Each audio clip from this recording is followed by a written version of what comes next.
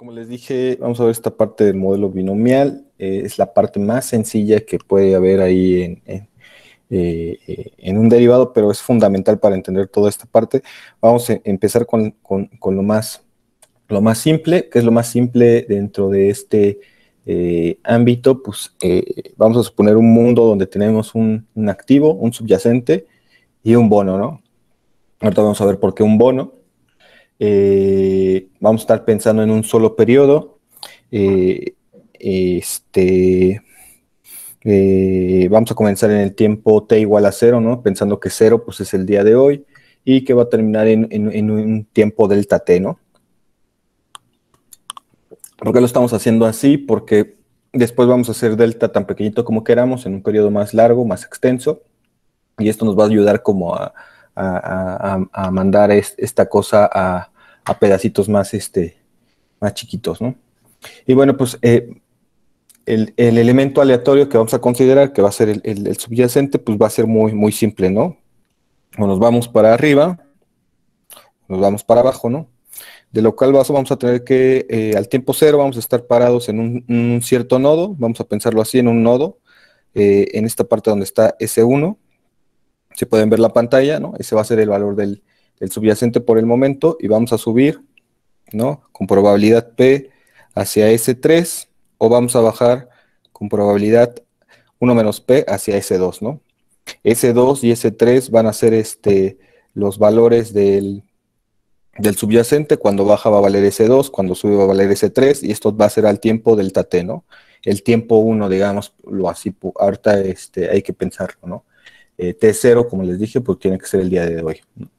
Vamos a también a pensar que por ahora el subíndice o el nodo va a estar, el subíndice, digamos, del subyacente va a denotar el nodo en el que estoy parado, ¿no? Hay que estar conscientes de esto, lo cual quiere decir que pues este es el nodo 1, este es el nodo 2 y este es el nodo 3.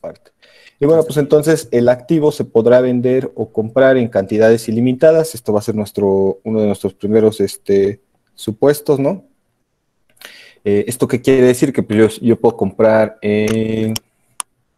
no sé, 100 acciones, por ejemplo, si estoy en un mercado, en un mercado bursátil, puedo comprar 100 acciones, 1000 acciones, 1 millón de acciones, 100,000 millones de acciones, y no hay una restricción, ¿no? de compra y ni de venta, ¿no? Puedo ir corto en esas cantidades de igual forma.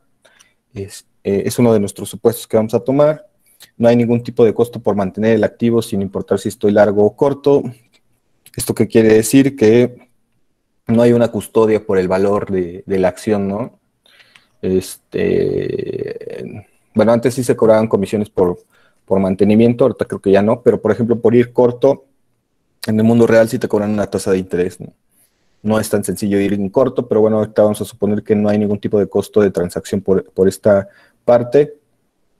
Si se mueve hacia arriba, tendrá el valor S3, y si lo hace hacia abajo, pues tendrá el valor S2, ¿no? Como lo habíamos mencionado. En cuanto al bono, ¿qué es lo que sucede? Pues el valor de una unidad monetaria, como lo habíamos ahí platicado anteriormente, en el periodo considerado, va a ser la exponencial de R de delta T, ¿no? Es decir, estoy yendo de 0 a delta T, ¿no? Y eso es lo que va a valer, pues no sé, no quiero ponerle pesos porque pues a lo mejor puede ser que alguien esté trabajando con dólares o alguien esté trabajando con otra cosa, por eso le pongo la parte de unidad monetaria, para que no haya ningún tema. Vamos a poder prestar dinero y pedir prestado a la misma tasa, ¿no? ¿A cuál va a ser la tasa? Pues como lo habíamos mencionado, va a ser la tasa R, que va a ser nuestra tasa libre de riesgo, pero vamos a poder pedir dinero a esta tasa y pedir prestado, lo cual también es un supuesto ahí bastante fuerte, porque todos sabemos que esto no pasa con tanta facilidad. Para representar la cantidad de dinero que vamos a pedir, pues va a ser a través de un bono, que lo vamos a denotar por B, ¿no? Y el valor del bono al día de hoy va a ser B0, ¿no? Pues bueno, pues vamos a poder saber que el valor entonces en total de lo que pidamos prestados va a estar determinado por B0, multiplicando a la exponencial por R delta T. Y bueno, finalmente, para ir construyendo nuestra notación, pues vamos a decir que f va a ser el valor del derivado en cuestión, es decir, este va a ser nuestro payoff.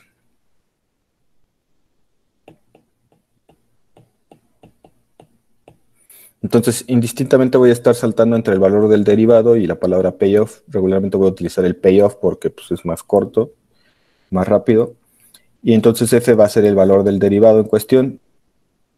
Entonces f nos daría, tendría que tener un valor, va a mapear el valor al nodo 2 y al nodo 3, ¿se acuerdan? Al nodo de abajo y el nodo de arriba.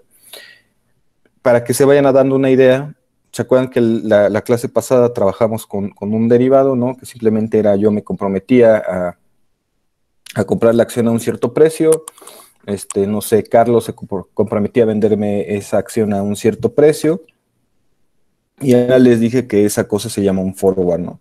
Para establecer ideas, por ejemplo, pues el valor del forward en el nodo 2 pues va a ser S2 menos K, que es el valor del subyacente en el tiempo delta T cuando baja, y va a ser S3 menos K, que es el valor del subyacente cuando sube, con probabilidad P, ¿no? El mundo que estamos planteando pues es muy simple, solo el derivado solo va a tomar dos valores, o sube o baja, ¿no? No hay nada más. Y bueno, pues la pregunta obvia es qué tipo de función o funciones f se pueden construir a través de una estrategia adecuada, ¿no? Explícitamente podemos tener funciones pues obviamente más complejas que simplemente la diferencia entre el valor del subyacente y el strike. La siguiente pregunta es cómo podemos evaluar esta cosa para que tengamos una expresión en términos generales de esto, ¿no? Entonces, pues bueno, la primera observación que tenemos es que el valor de f al final del periodo, pues ¿quién tiene que ser? Pues 1 menos p por f2 más p por f3, ¿no? Con probabilidad 1 menos p baja y con probabilidad p sube, ¿no? ¿Cuál va a ser el valor? Entonces, al día de hoy, esto va a ser al tiempo, ¿en qué tiempo es? Pues este es en el tiempo delta t, ¿no? Todo este va a ser en el tiempo delta t. Entonces, ¿alguien me puede decir, por ejemplo, cuál es esto de que tiene cara? Se parece a la esperanza, ¿no? Entonces, por ahí, lo que nos interesa es tener este valor, pues, en tiempo presente, ¿no? Entonces, lo más sencillo es traérnoslo al día de hoy, ¿no? Con la tasa que estamos manejando. Entonces, esa expresión la voy a multiplicar por la exponencial de menos r delta t. Y bueno, pues, ¿por qué? Porque pues, yo sé que al final del periodo, cuando me lleve este valor que está encerrado en amarillo a tiempo futuro, pues voy a obtener lo que estoy buscando, ¿no? Que hasta ahorita el estoy buscando es entrecomillado porque todavía no sé a ciencia cierta qué es lo que está pasando, ¿no? Entonces, dado un modelo binomial S, con precio S1 al tiempo 0, S2 su valor de bajada, S3 su valor de subida,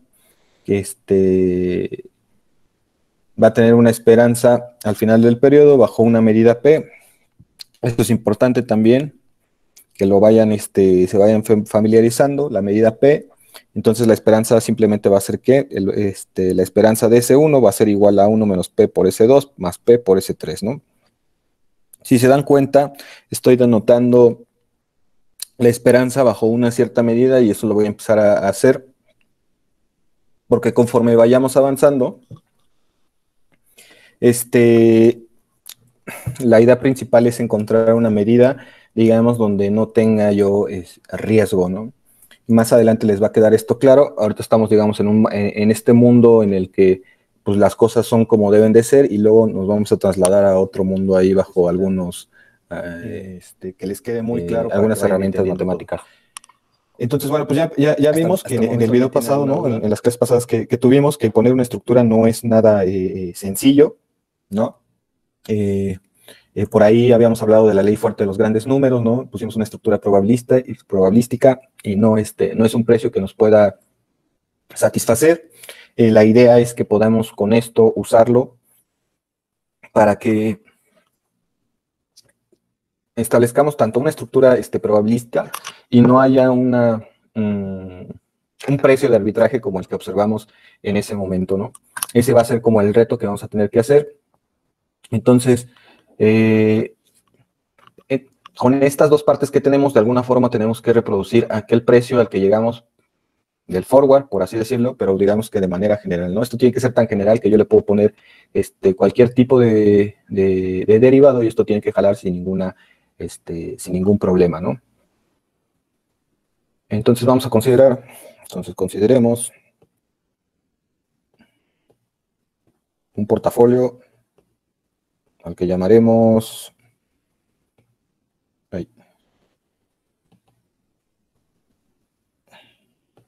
Phi y Chi, ¿no? Esta simplemente va a ser ¿quién? La cantidad de stock, ¿no? La cantidad de mi activo. Entonces, por ejemplo, si estoy ante el T igual a 0, ¿quién va a ser? Pues, ¿qué valor va a tener mi portafolio en cuanto respecta a la cantidad del activo? Pues va a ser simplemente Phi por S1, ¿no? Que era nuestro valor en tiempo 0. Y esta otra parte del portafolio, pues simplemente ¿quién va a tener que ser? Pues va a tener que ser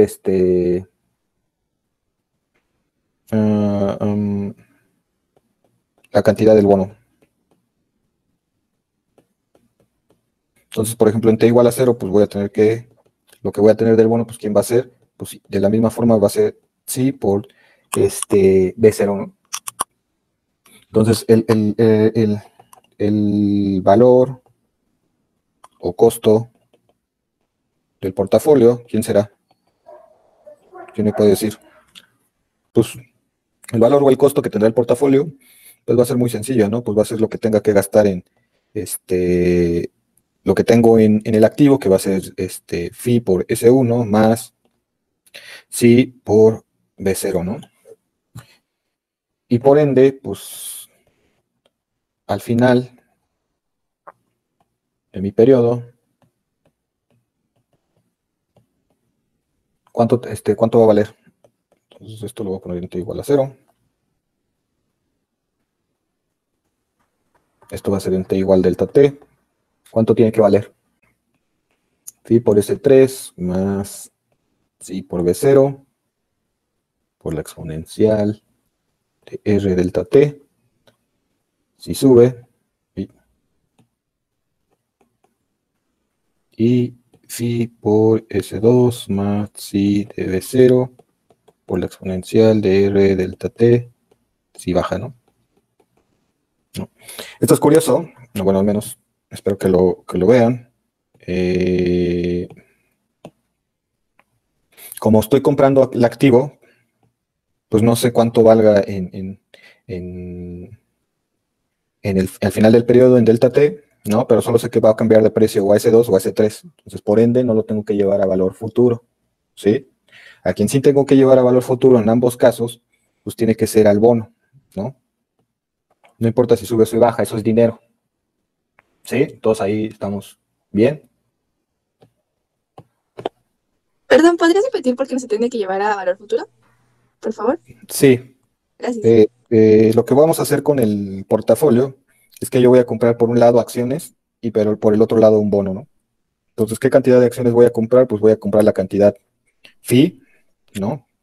Entonces, ¿qué cantidad de dinero va a valer ese número de acciones? Pues va a ser, o esa parte del portafolio más bien, esa parte que tiene que ver con el activo, pues van a ser el costo de la acción, ¿no? S1, por el número de acciones que compre, que en este caso va a ser Phi, ¿no? Entonces, el número de acciones que tengo por el costo que tiene en ese momento, pues eso representa dinero, ¿no? Sin embargo, al final del día lo que estoy haciendo en ese momento es echarme a la bolsa 10, 100, 1000, un cierto número de acciones, ¿no? Entonces esas acciones, si tú compras hoy una acción y la ves en un mes, pues no te podría decir cuánto vale, pero en este mundo que estamos suponiendo, pues estamos pensando que o sube a un cierto precio S3 o baja a un cierto precio S2, ¿no? Entonces, dentro de ese mes que estamos viendo, pues tú sigues teniendo 10 o 100 acciones, pero pues su valor va a cambiar de acuerdo al precio que tenga, ¿no? Entonces, por eso no lo tienes que llevar a valor futuro.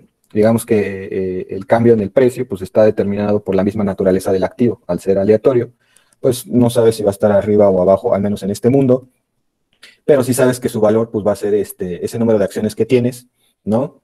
Que tendrás, ¿no? Que es diferente, por ejemplo, a la parte del bono. Ahí sí tienes dinero. Ese es dinero puro, ¿no? Mis 10 pesos de hoy no son lo mismo que 10 pesos dentro de un mes, por muy absurdo que les parezca, no es lo mismo, no valen lo mismo en el tiempo, ¿no? Mis 10 pesos de hoy, si los comparo dentro de un año, pues no van a valer lo mismo. Entonces, para saber cuánto van a valer, pues tendré que invertir esos 10 pesos en un instrumento libre de riesgo, en este caso estamos pensando en un bono, y llevarlos a la tasa correspondiente, ¿no? No sé si con esto quedó más clara la duda. Sí, muchas gracias, muy clara. Bueno, entonces, de alguna forma, tenemos dos ecuaciones, ¿no? Y unas ciertas variables que son phi y psi, ¿no? Entonces, lo que queremos hacer, pues, es de alguna forma duplicar bajo ciertos, digamos, movimientos del stock, de las variables phi, psi, y llegar a los valores F2 y F3, que son el valor que va a tener nuestro derivado, ¿no? Entonces, pues, eh, la estrategia, digamos, se reduce a resolver dos ecuaciones, ¿no? Para nuestros señores phi y chi. ¿Y quiénes van a ser? Pues bueno, ya las habíamos planteado, nada más les vamos a asociar el valor del derivado. ¿Cuál va a ser el valor del derivado? Pues cuando sube, pues va a ser F3, y cuando baja, pues va a ser F2, ¿no? Esto parece muy simple, pero bueno, pues no tenemos más, digamos, más material de donde echar mano, ¿no? Solo tenemos estamos pensando en estos momentos que solo tenemos un activo, solo tenemos un bono. Entonces, pues con estos señores, al imponer un portafolio, pues estamos pensando en cuál es nuestra mejor forma de poder ponerle un precio. Entonces vamos a igualar estas ecuaciones o estas expresiones a F2 y F3. Entonces, pues la idea, digamos, es resolver estas ecuaciones para phi y para psi. Entonces, la idea es resolver el sistema de ecuaciones anterior.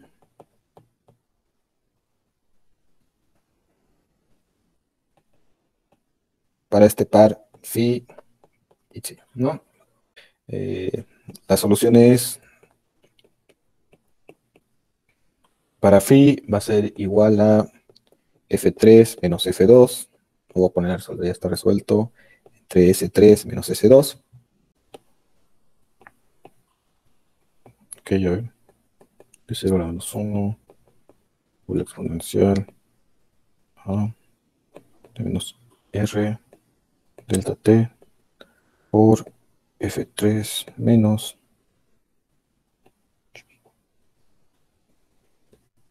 F3 menos F2 por S3 y S3 menos S2. Entonces, ese va a ser, digamos, el resultado para nuestro portafolio, que va a resolver las ecuaciones digamos, va a igualar el valor de nuestro derivado que queremos, ¿no? Si compramos, digamos, estas cantidades phi y psi en el portafolio y las mantenemos, las ecuaciones tendrán el valor que esperamos. ¿Cuál es el valor que esperamos? Pues, como lo mencionamos, tiene que ser F3 y si sube el activo y F2 si baja el activo. Pero bueno, pues ¿quién dice que lo que estoy haciendo, pues, digamos, tiene razón? Hay que probar que esto sí cumple al menos lo que estamos diciendo, al menos lo podrían ver para la parte del forward que vimos, ¿no? Debería de cumplir que al final del periodo, pues es la diferencia entre el valor del subyacente en tiempo futuro menos el strike, ¿no? Entonces, lo interesante, lo importante de aquí es que, lo voy a poner ahí,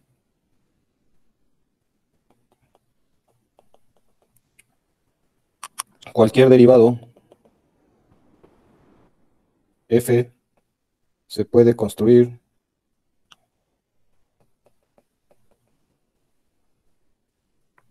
a partir de un portafolio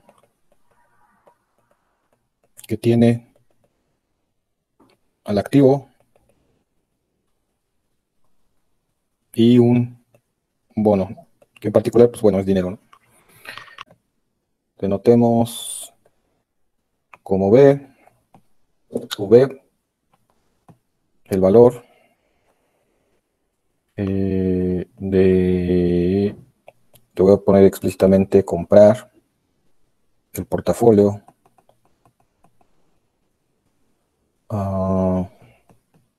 Phi y Chi. ¿Quién es este valor del portafolio? Pues acuérdense, muy redundante, estaré haciendo las notaciones todo el tiempo, pero bueno, bajo la experiencia es lo mejor porque se tienen que ir familiarizando, se les tiene que quedar en la cabeza estos valores, ¿no? Entonces anotamos como B el valor de compra de comprar el portafolio Phi y Chi, que simplemente ¿quién es? Pues es Phi por S1 más Chi por B0, y explícitamente ¿quién va a ser? Pues va a ser B, así igual a quién. Pues ya habíamos dicho que era Phi. ¿Quién es Phi? Ya sabemos quién es Phi. Nuestro Phi vale, ahí que fue, nuestro Phi vale F3 menos F2, ¿no? Entre S3 menos S2, todo esto multiplicado por S1, ¿no? Acuérdense que esto es igual a quién, a Phi, en nuestra solución. Y luego vamos a tener Chi, que ¿quién es Chi? Nuestra B0 a la menos 1 por la exponencial de menos R delta T. Todo eso va a multiplicar a quién?